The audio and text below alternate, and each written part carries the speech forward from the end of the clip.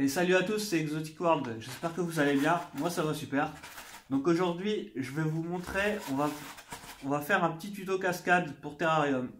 Donc voilà, donc ça c'est une cascade que j'ai commencé il y a une semaine déjà. Donc je l'ai fait avec des morceaux de polystyrène comme vous le voyez, que j'ai assemblé ensemble avec des cure-dents et que j'ai fixé avec de la colle. Enfin de la colle, c'était du silicone mais ça marche aussi, ça peut marcher aussi avec de la colle. Donc voilà. Donc ensuite ce que j'ai fait c'est que je me suis servi d'un couteau et de différents petits couteaux pour faire le sculptage de la cascade. Donc vraiment morceau par morceau, hein. Et puis en insistant aussi à l'intérieur pour faire les couloirs pour que l'eau passe. Donc par la suite aussi je vous montrerai dans une prochaine vidéo l'installation pour l'alimentation de l'eau. Donc avec un tuyau et qui sera relié à une pompe. Je vous montrerai ça dans une prochaine vidéo.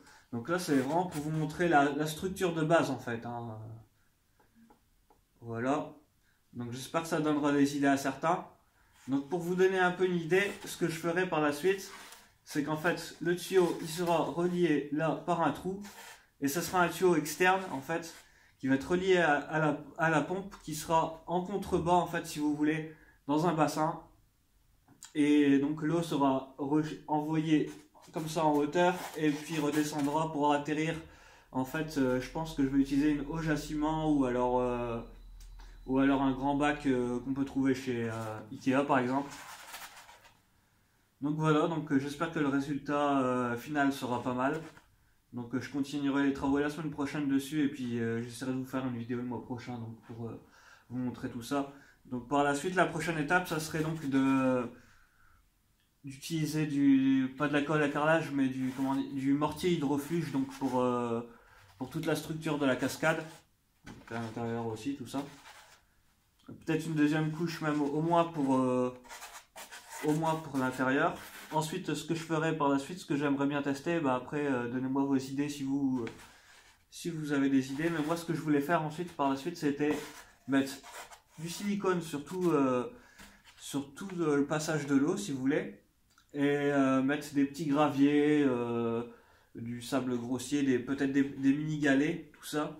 Faire un petit mélange de cailloux et puis pour faire le lit de la cascade, quoi. Ça peut vraiment être assez sympa. Donc voilà.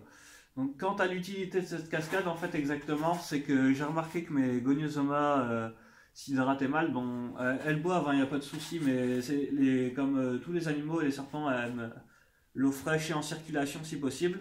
Donc en fait, bah voilà, le but en fait, ça serait de faire un circuit d'eau fraîche pour qu'elles s'abreuvent plus spontanément.